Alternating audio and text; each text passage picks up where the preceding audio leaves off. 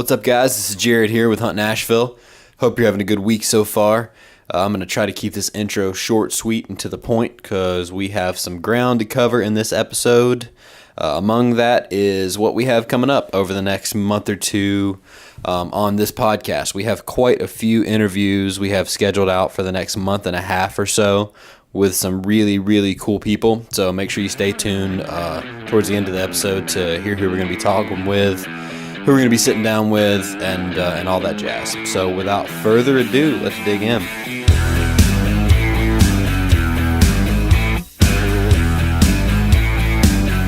Hello and welcome to another installment of Hunt Nashville. I'm Kevin Weaver, and on the other side of the microphone is my good buddy Jared. Hey, how y'all doing tonight? So we are just getting together here so we can give an update. We have been had some downtime, and I am mainly the reason for that. My wife has done an amazing job, and we have another little girl here. It's our second. Kinley June was born last Friday night, a week from this past Friday. And the time is flying by, let me tell you. I think it's been 2 weeks now. Holy cow. Yeah. No, I think it was 2 weeks ago. I'm able to keep up with the time a little better because I don't have a newborn. Although I have 3 children, none of them are newborns, and I remember that time very well. Newborn time and clock does not run the same as everyone else's time and clock. Yeah, that's the truth. Although I can't complain too much. My mother-in-law has been staying with us. She stayed with us the first week and a half, and she was like godsend because I had to go make some money. You know how that goes. Right. You also have a 2 or 3 year old that makes things a little bit more difficult as well. Yeah. So Cadence, our first, she just turned 2 last month, and so she's a handful, and she's trying to figure out what's going on with a new baby and everything like that. But and so I'm on dad duty a lot of times, but it's been really cool. I've taken her, out to Bass Pro Shops. She loves to look at the fish in the tank, and she loves to go to Rainforest Cafe at Opry Mills. And I'm trying to raise a little tomboy, but not too much. She's still got to be a girly girl. It's like you got to walk the line there. Want her to be tough, but not like right. Kick all the boys' butts until I don't know. For sure. Well, you guys definitely timed it. You timed it right by having Kinley in the off season. Now you don't have to worry about her birthday interfering with deer or turkey season. Okay. I will say, I might have thought about that just a little bit. Come on, and if there's a dude that's listening, that's into the hunting and fishing and everything, that didn't think about when their kid was going to be born as compared to turkey and deer season, they're lying, because everyone thinks about it. Yeah, it's absolutely. And it just it's worked out for sure. So Cadence was born in end of June, and then Kinley was born at the end of July. No seasons. Come on, buddy. No, it's perfect. Yeah, see, I've got one in March, so I've got my middle boy. His is right in the thick of turkey season. So there's one Saturday shot, which, it's my son's birthday. I'm not going to complain about having to take off turkey hunting to go celebrate my son's birth. I love him very much. However, we could have planned it out a little better. And then I've got one in May, so we're good there. Hers is like the week after turkey season ends. So she's my favorite child. Right. And then I've got one in November, which that one kind of messes with. This is so bad. I think it usually lands around opening weekend of rifle season. Oh my gosh, it does. You're right. Wow, that's rough. But it's all right.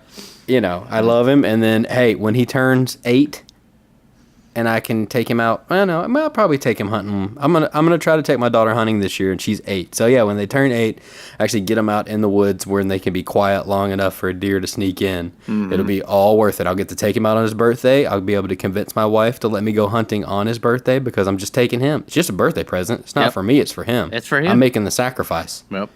And not. We don't even have to go into how much you're looking forward to being able to take your little buddy out during your season. That's right. You got to get out there. That extra weekend makes a big difference. And I will let him shoot. I'm not saying I'm going to shoot like some dads will. However, I will highly encourage him to go hunting every time, and I've got to be with him for safety purposes. Of course, absolutely. Yep.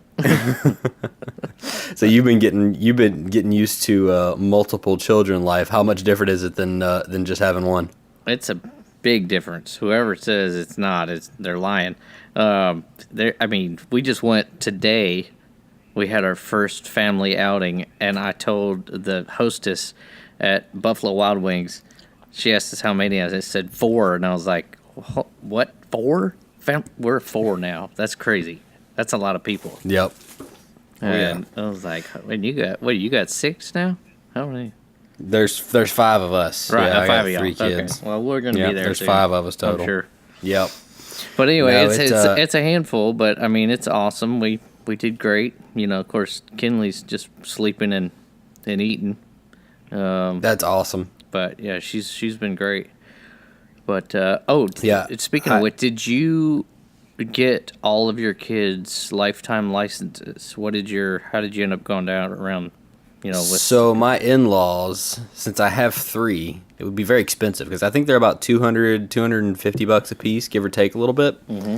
And so I think they're $250 or something like that. Anyways, yeah. So my father-in-law and mother-in-law, for each of them before the cutoff time, which was when they turned 3. I think you got to get them before they turn 3. All right, I got to do it this year. They bought all 3 of mine. Yes, you got to do it this year for Cadence for sure. Yeah, they got them all their lifetime sportsman's license. So yeah, all 3 of my kids will never have to buy anything other than like a migratory bird license. It's ridiculous. Man, and that's $2 awesome. every year. Yeah. No, it's pretty awesome. It's certainly like if you can talk your in-laws or a family member or just do it yourself into getting them that gift, it is the gift that keeps on giving. Because even like I have 2 boys, so I imagine they'll probably hunt at least when they're younger until they decide if they want to. I'm going to make them do it for a while until they decide if they really want to do it or not. Yeah. But my daughter, even if she doesn't really take to it, which I have a feeling she won't,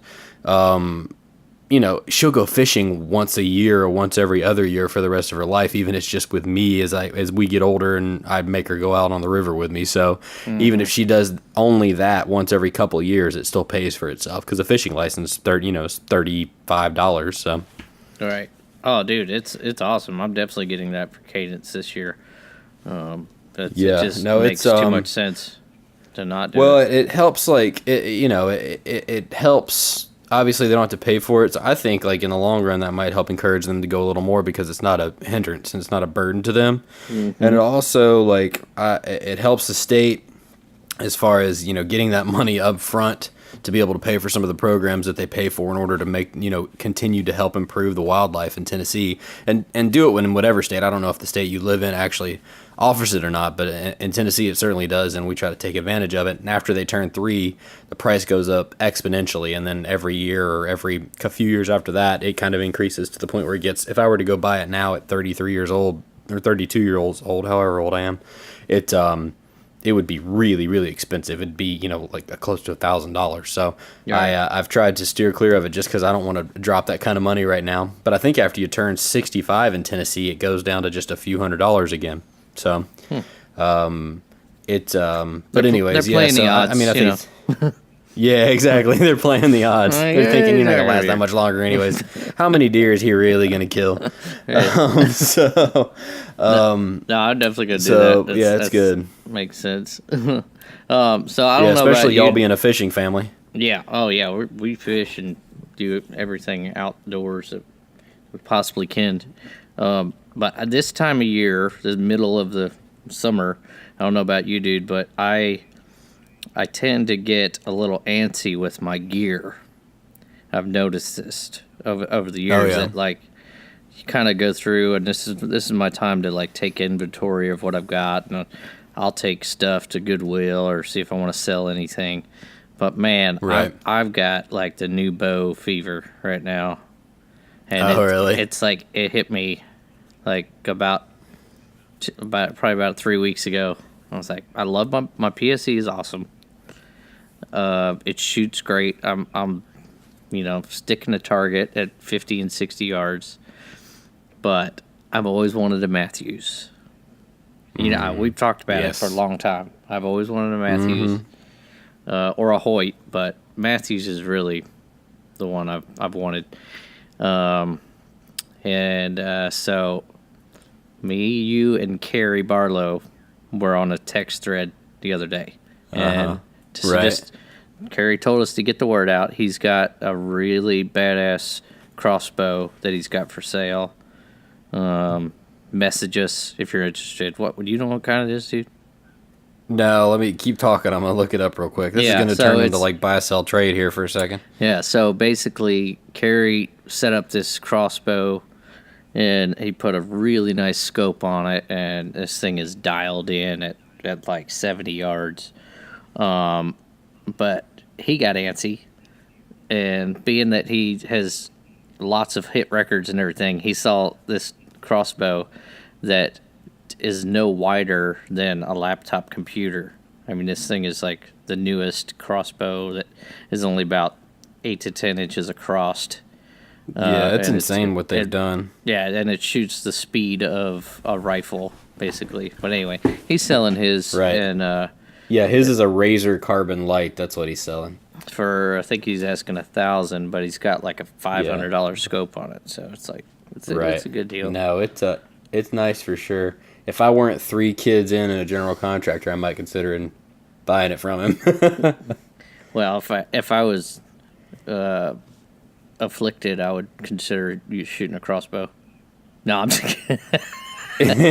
Yeah, that's the always like, I don't know, the more friends that I get that shoot a crossbow, I know. I guess nice the more lenient I get, the more lenient I get with it. I don't know. It's a complicated. It's an entire podcast by itself, the whole conversation. But like, it's a conflicting idea because I want more people to get into hunting because that's only going to help the sport grow and help it sustain just nationwide. And crossbow hunting is a great way for people to get into it because they're able to feel like they're doing something a little more primitive, but they're not shooting a compound, but they're not shooting a rifle. I know, but here's the thing. They get an awful lot of the same. They get a lot of the same resources and the same opportunities that us that shoot a traditional bow or a compound bow or anything like that. They get a lot of those same benefits. Right, and I don't care, like. Shooting a compound bow, you can say, "Oh, a compound bow is so easy when it comes to like you should be shooting a traditional bow or whatever." But either one of those takes a lot of practice. A crossbow doesn't take as much practice, I don't think. No, you can hand your crossbow to anybody and they can shoot it just as accurately as you can. So that's my only problem. That's my gripe with it, I guess, because I mean, for the longest time they were outlawed for people who were handicapped or elderly, during bow season, and that's just a fact. I'm not like even making a joke about it. That's what the law was. During bow season, only a handicapped person or elderly could hunt with a crossbow during bow season.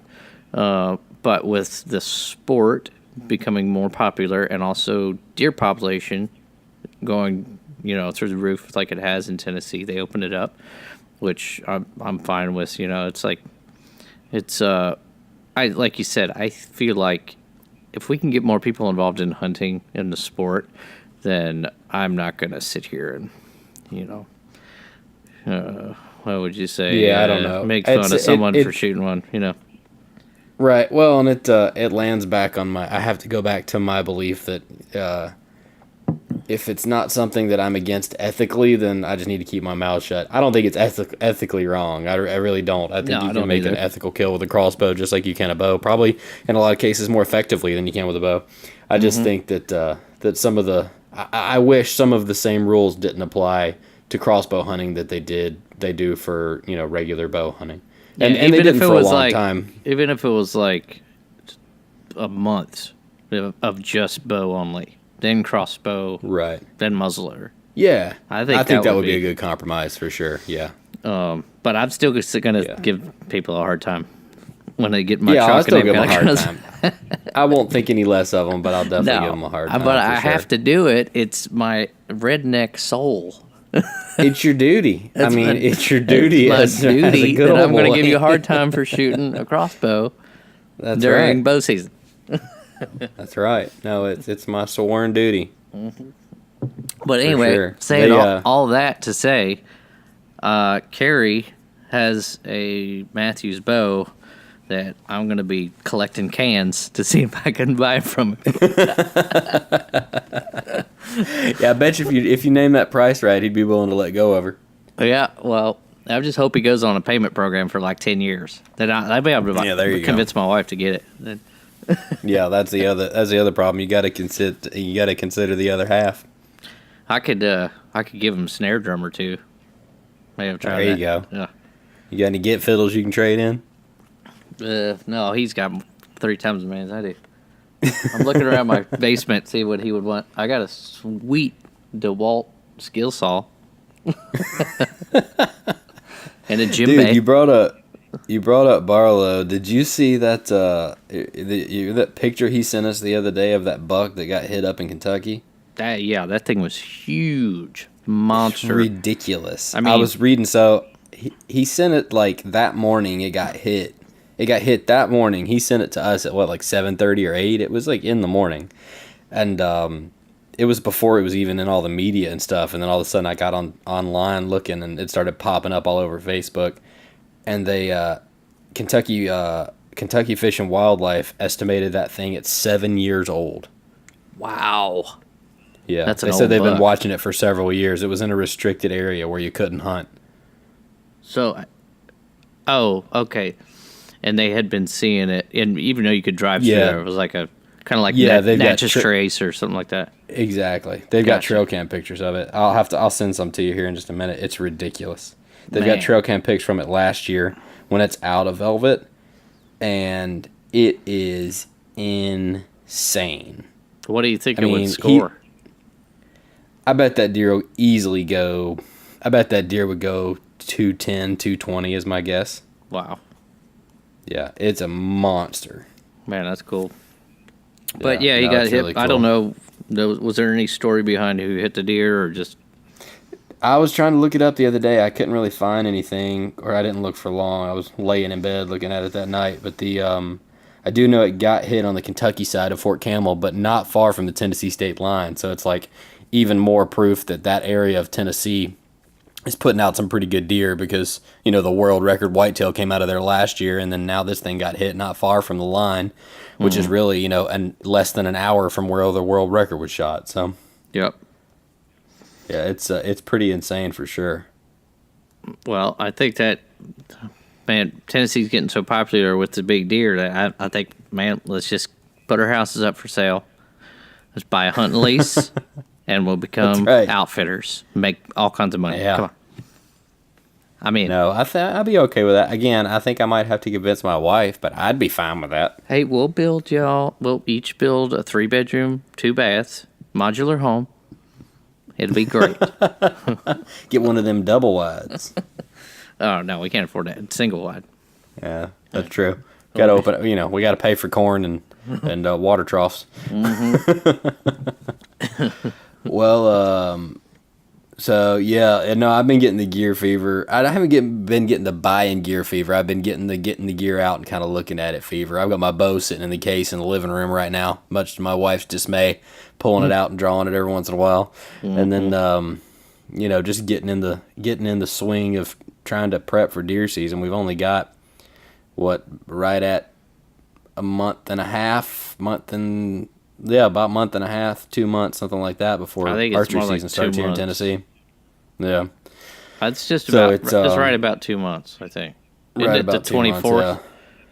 It's the last weekend of September is when bow season starts, yeah, so whenever that is.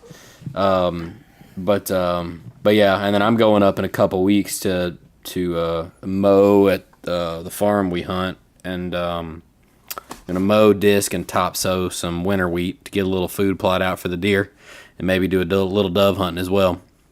Well, dude, Once season comes in, I should say. I'll ride along on that. Let me know where you're going. Yeah, for sure. 'Cause we try to do a dove hunt every year, and usually we plant about 2 acres of sunflowers, and the farmer couldn't get to it this year. I couldn't get out there and do it this year, so we'll have to improvise and do something else, and just see if we maybe can attract a few birds in legally. There's plenty of stuff we could do illegally. I can go out there and buy 200 pounds of sunflowers and spread them down the road, but I'm gonna avoid that if at all possible. I'd prefer not to hunt them illegally. I don't think I've done it yet, No, we not to haven't my done it. knowledge at least. I might have. Well, I might have. My only thing was I might have hunted a field that was done illegally, and I just didn't know it. But if it was, it wasn't a gangbuster field, because I've had very few just gangbuster dove hunts here in Middle Tennessee. They're usually pretty mild. They're fun, but they're mild. We've done pretty good, And, though. I mean, we've been doing this dove hunt for about 5 years at least, right? Yeah. No, I started doing the dove hunt. I started doing the dove hunt right before me and Courtney got married, so almost 12 years. We took like 2 or 3 years off. Oh, okay. So we did it for like 4 years, and then we took like 3 years off, and then we've done it for about the last 5 consecutively. Man, I would think that you'd be a better shot. You would think. My problem is I spend more time walking around the field jawing and making fun of people for missing than I do shooting. Right. Well, and you got to entertain. You got to keep the troops happy. The morale. That's right. That's half the fun. See, and then when you're like, when you get to the end of the hunt, and you've only shot a few shells and you've killed a few birds, you can be like, oh, I'm not that bad a shot. I just didn't get a chance to shoot. When really, I'm just trying to keep from shooting so everybody doesn't see me miss. Right. That makes sense. Yeah, but that's usually the hunt that kicks off the hunting season for me, because I don't even really consider the break between deer season and turkey season there. I mean, you only take 2 months off, but the break between turkey and deer just kills me. Yep. It's Well, just let too me ask long. you that. We got to figure out something else. So, Yeah. have you thought about where we're going to hunt this year, and what? I mean, what do you think we should change from last year? I think I should hunt more, because I Okay, only that went was once good. last year. I was hoping you were going to say that. I definitely think that. I think I should hunt more, and I don't know. I think I should probably try to get out to the Brandon Farm out there in West Tennessee. Yep. And hunt more, because they've got some big deer and a lot of deer, and they really don't have that much hunting pressure for as big as that farm is. And they're always so generous about letting us come out there. We might as well take advantage of it. Yep. And I don't know. I'd like to do more bow hunting than rifle hunting this year. I haven't done a majority of bow hunting since we shot for that show. I did the majority of my hunting that year with archery and generally filming. I don't even think I hunted that much as much as sat behind a camera. But I'd like to do some bow hunting. I've had this bow I've got for this will be my 3rd season. I haven't even taken it on a hunt yet. So I gotta hunt with it for sure. Yeah. Well, here's what I'm going to do different. I've been thinking about it this year. So, and I say most years that I'll get started. I usually have to finish up touring and that kind of thing. Because the end of the touring season is like the end of the summer, and so I'm not touring this year. So I'll have more weekends where I can hunt and can sneak out in the middle of the week. But I really am going to try and hunt hard at the beginning. I mean, first 2 weeks of season, before everyone else gets in the woods and shoots up the woods. Because we talk about it over the years, but I've found I've been just too busy to do it. But this year, I think I'm able to actually get in the woods early season when it's still warm, when the deer are still bachelored up, the bucks are still bachelored up, and get out there and really get on some deer. That's my plan, at least. And I'm hoping that we can connects with some quality bucks again. It's been a couple of years since we've been able to lay out a good, really good buck, and so I'm itching. Yeah. Well, yeah, and they're just so much more predictable right there in that first few weeks of bow season when they haven't, like you said, when they're still in bachelor groups and haven't split up yet.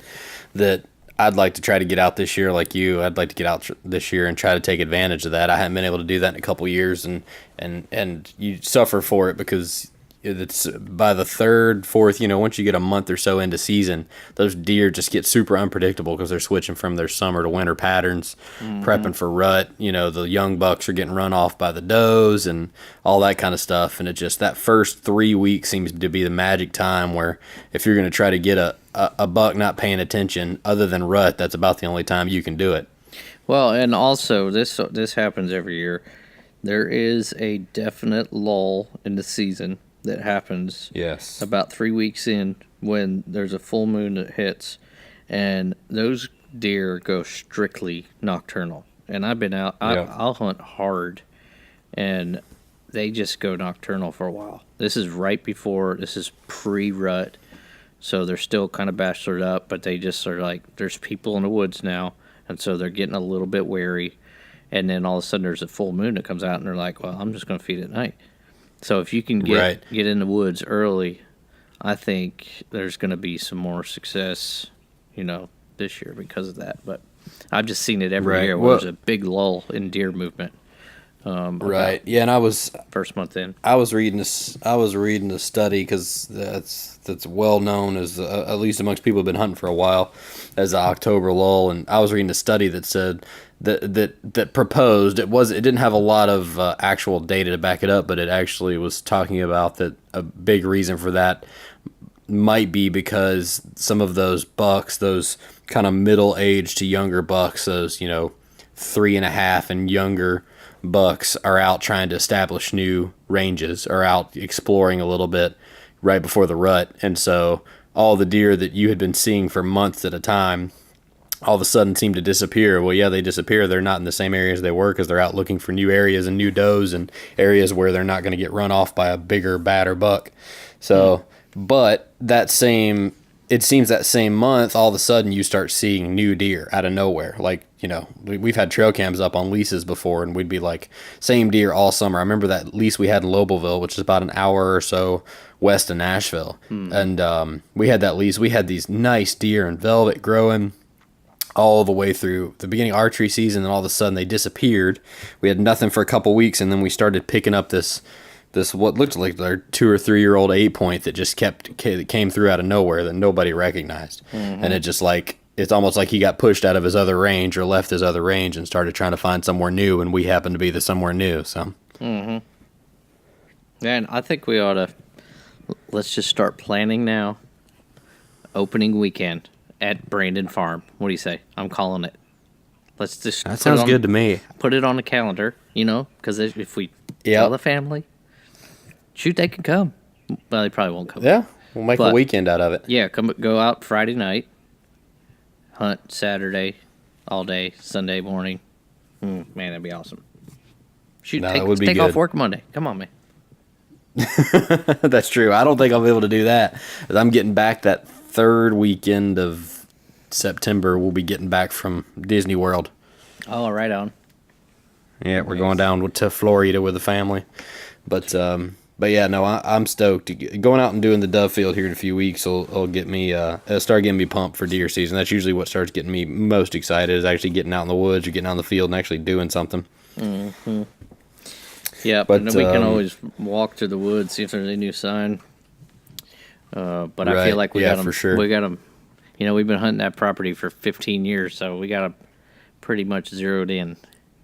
Yeah, we can find them pretty quick, I think. I don't think it'll be hard, especially if all I'm looking for is a big old fat nanny doe. I heard that. So another technique I'm going to use is October the 21st. There's a full solar eclipse. It's going to happen in Nashville, and Nashville is the key spot in the world to see this solar eclipse. So I'm going to be in a tree, outlawing over Greenfield. Come on. No, That's actually not a terrible idea. That's really not a bad idea. If only it were like a month and a half later. I know. The deer would automatically come out to a green field because They'd start it gets just dark. flocking out to the fields. That's hilarious. That would be funny. That'd be funny in jail. Right. Well, no, if it were during deer season, and that would be a hell of a story if you were like, you decided to hunt that day because you knew the deer were going to think it was night and they were just going to come out in the fields in the middle of the day. Right. It probably will. They say it changes to, the temperature drops by like 15 to 20 degrees because the sun, Really? Yeah, it's Wow. crazy. I've been doing That's some awesome. research on it. There's like different. Yeah, I've looked into it just a little bit. I'm ready for it. I'm probably going to be at work, but I will stop for 20 or 30 minutes and watch it happen for sure. Well, there's a church, the Baptist church that is on Concord Road, right off 65, is the ideal viewing spot. That parking lot. Oh, really? Yeah. Wow. But I think it's got out, so it's going to be crazy packed because there's people It'll be coming pretty in busy. all over the world to Nashville. Right. See Well, that's this. the crazy thing is everybody's going to be like going to these specific spots, but as long as you can see the sun, you can see the eclipse. You know what I mean? Mm-hmm. So it's like everybody's like, I'm going to go to this spot because it's going to be the best. But I'm like, yeah, but you're in the same city. Being that far apart surely can't make that big of a difference. Why don't you just stop your car on the side of the road and look up when it happens? Well, where if you can see the sun, you can see the eclipse. Because there's the different phases that you won't be able to see. Because there's like these you see different things that happen that you won't see by being off to the side. It has to be like directly in line. Gotcha. Gotta do a little research. There's you see these like glowing beads, and then it'll be like there's snake shadows that happen, and all this crazy stuff. You're such a nerd. Yes, this is true. Well, I guess the last thing, really the thing we wanted to sit down and do this podcast for was to give you guys an update, let you know we're going to be back on track in the next month or so. We have some really cool interviews set up, both with people we've talked to before and some new folks. I know next week we're going to be sitting down with Randy Montana. We did a podcast with him a couple months ago, and it was really fun and really good. He's super talented artist, super talented songwriter, very successful and really good at what he does, but also super avid deer archery hunter as well as turkey hunter. So that'll be a lot of fun sitting down with him. And I'll be looking forward to sitting down with him. I missed the last one he was on, so I'm going to be there on that one, and we'll be able to hang out. Yeah, that'll be good. And then the week after that, we've got Daniel Lee Martin again, who we did a podcast a month or two ago with him and his wife Jules McQueen, and we're gonna be sitting down with Daniel and talking some music and some hunting and just whatever. And he's a really cool guy too. He's got a lot of really good stories. He was in the music industry for a long time and still is to an extent, but he's got some pretty funny stories from back in his hard hitting days before he pulled out and started doing more into the outdoor side of things. So that'll be fun. And then who do we have after that, Kevin? Let's see. We got Morgan Mills. It's we've been trying to get connected with, and she's the spokeswoman for NRA Country. And Morgan is a really talented singer and songwriter, and my wife Alyssa has known her for years, and so we look forward to sitting down with her and having a good conversation. We got Justin Shipper. He's going to be sitting down with us. He used to play steel guitar for Shania Twain. We got Josh Turner. Yeah, Josh. Brian White has agreed to come on and do a podcast with us. Brian from back in the 90s and early 2000s. He was, I think he had some platinum records even in the country music world. But he was a big deal. Yep. Well, he still is to me. I mean, come on, man. If you once a country he's always star, a big deal. Always a country That's star. right. Always. You never leave it. It's in your blood at that point. Yep. Yeah, we've got Clint Lagerberg as well. He's the last week of August. He's a really really good songwriter and producer. I've known him through, both Kerry Barlow and then Kevin Kadish, my brother-in-law. They're good friends. And I met Clint several years ago. He was on the road with, I can't remember, Josh Kelly. He was playing for Josh Kelly when I was out on the road, and met him then. Super nice guy, very talented. He co-wrote Blue Ain't Your Color, Keith Urban's Blue Ain't Your Color with Hillary Lindsey and Stephen Lee Olsen. Yep. Yep. Man, that's awesome. He's done, he'll be cool to talk to because he hasn't done a ton of hunting. He's done some, but not a massive amount. So it'd be cool to get somebody on that's done some, but get the perspective of someone who hasn't been like a lifelong hunter. It's always nice to talk to those guys and get kind of a fresh perspective on something we get just so used to, and also get a really good perspective on the music industry and songwriting and the background of all that as well. So it's going to be really good. We've got 4 or 5 or 6 now, I think, really cool guests lined up from August going on into September. So we'll be getting back in the swing of things of doing some more interview style stuff rather than every week just being me and Kevin, even though we enjoy doing these. Just get a chance to catch up, drink a cup of whiskey and just talk shop for a little while. But the next month and a half or so will be a lot of interviews and that kind of stuff. So make sure you guys stay tuned. If you're not subscribed to this podcast, wherever you listen to it, make sure you subscribe. So if you listen to it on iTunes, make sure you subscribe to it. That way you get it in your podcast app every week.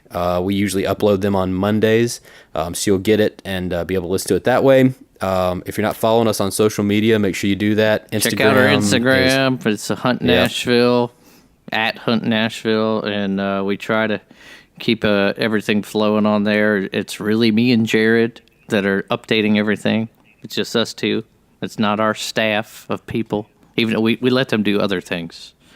Right. Yeah, we let them take care. Mainly just cashing all the checks. You know? Right. Exactly. Well, you gotta have somebody's do it. Got to deal with that part of it. That's below me. But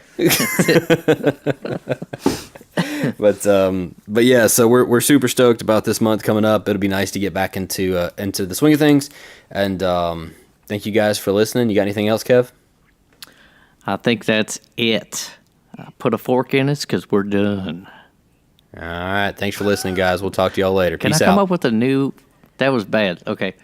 We need to end slogan. I don't know. You got one? Off the top of your head. Go. Ready, go.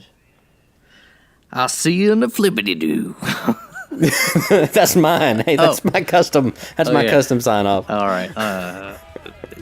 Check it in the morning. No, that's not good. Check it in the morning. Okay. Come on, buddy. Come on. Oh, there you go. Hey, you got oldie but a goodie. Come on, buddy. All right, come on, buddy. Peace out.